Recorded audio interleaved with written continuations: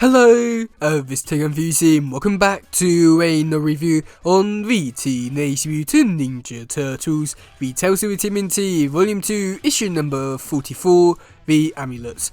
And with this one, I liked it, and I definitely did feel a lot of inspirations for future issues from other TMNT comics, which was really great. And also the artwork for this one, I love this one. So the artist, he also did the artwork for issue, I believe it was 5 or the 2007 comics. It was one that it was focused on Leonardo, and I really liked the artwork for that one, and I'm glad to see that artist has been able to do some more stuff on TMNT. Shame in this issue, he doesn't actually do anything on the Turtles, it's more on Karai, which is great, but also at the same time a little bit of let down because I like his art style, especially on the Turtles, especially on like Leonardo and stuff like that. So I feel like it was a big missed opportunity there, but either way, he did the artwork and it was pretty great.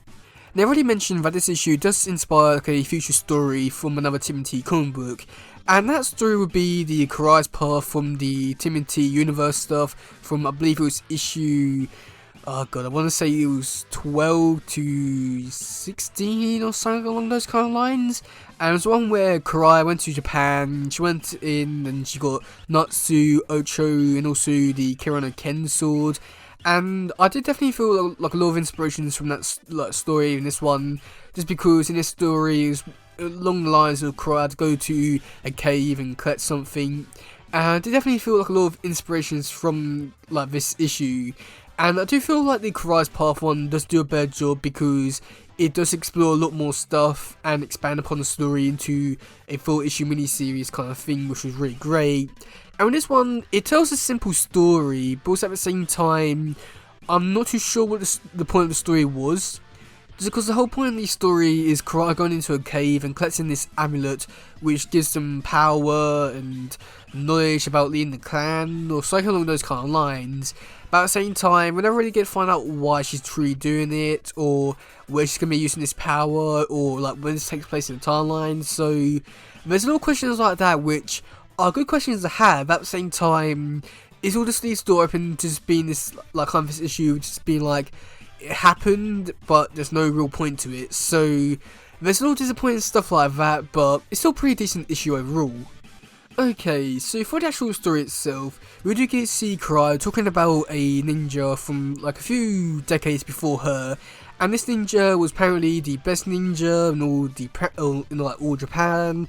He killed anyone just because something along the lines of they followed him. I feel like he was just someone went insane and just killed people just for the fun of it. But he went into the cave, he found the amulet, and then he died. However, his soul didn't actually get transferred over into the other life. It just got stuck in the real world, so that's where it stayed. So back in the present day, we do get to see Karai leading a bunch of Foot Clan members. They're going off into the desert, and that's when it gets weird, I want to say, just because there's these dragons that come out of nowhere. They start to fight everyone. So Karai and 2 other foot soldiers go into a cave. And that's when we do get to see one of the foot soldiers, they get the amulet and start to fight the other man, and the other man dies, and that's when we do get to see Karai, she comes into the fight, and kills the man by using the dead man's sword on the live man. Hopefully that makes some sort of sense. And that's when she walks out the cave, and yeah, pretty much everything is sorted after that, and that's pretty much where we do leave things off. Now, like I've already said with the artwork for this issue, it's truly amazing.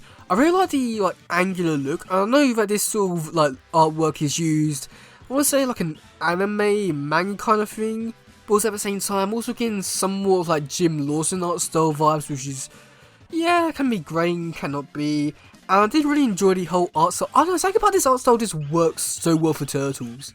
It's cartoony in a very stylized way, which I just think works so well, and this artist needs to come back because they really have a really great art style, which I think could work for so many new Tolkien books, which, I'd like them to come back. They have such a great art style. But then, even with saying that, the whole story, like I've already said with the whole story aspect of the things, it's just a really weird one that just comes down to what's the point of this whole story? And I do think that there are like some decent stuff in this story. Like when they mentioned that this story does inspire another story later in Timothy like franchise, which is really great. And I do think that the adaptation, if you can call it that, it does a far better job of what they're trying to do, and there's some like more of a reason of being there and stuff like that.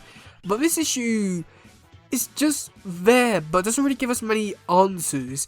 And I like that we are getting more stories about Karai because, well, Karai is just such an amazing character. I'd like to see a lot more story on her because, again, she's like a really good character. I'd like to see her character get developed, explored because, well, she's a really great character, but she hasn't really been explored too much. And I do definitely feel like a story like this would definitely help her character become a much more interesting and intriguing character, because up to this point, I don't think I've really done too much with her character. She's just been there for the most part, and that's sadly about it. But I feel like there's a lot to offer with her character, and with the Mirage one being like the first one, it's all a little bit disappointing that this is where things started with her not really getting developed. And seeing it here with her having a story, but not really doing anything with it, it's just so disappointing because there's so much they could do with it, but it's just like they don't try to do anything with it.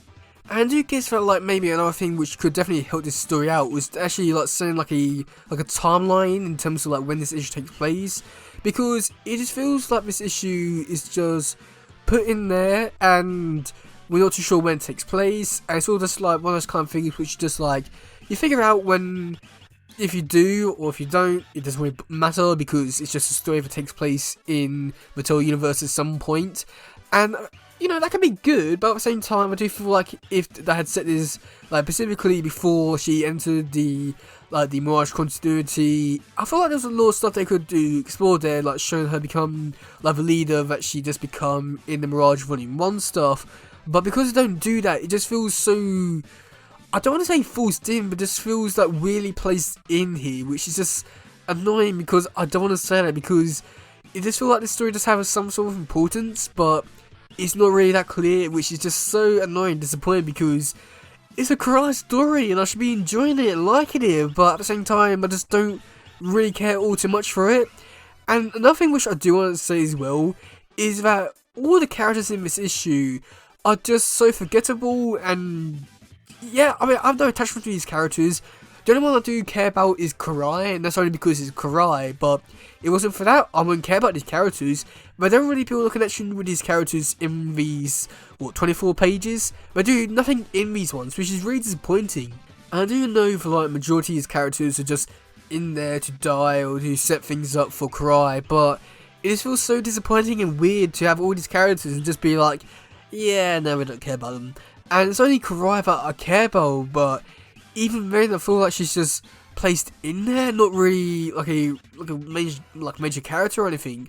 It's just a really annoying issue because I want to like it, but at the same time I can't because there's not too much I can really like about it. But yeah, let me know in the comment section below, what do you think about this issue? Do you like it? Do you not? Do you think that this was really the best Karai focused issue we could have gotten? And yeah, that's it for today, guys. If you doesn't, please share, let's just grab on stuff. Goodbye, yo, bye.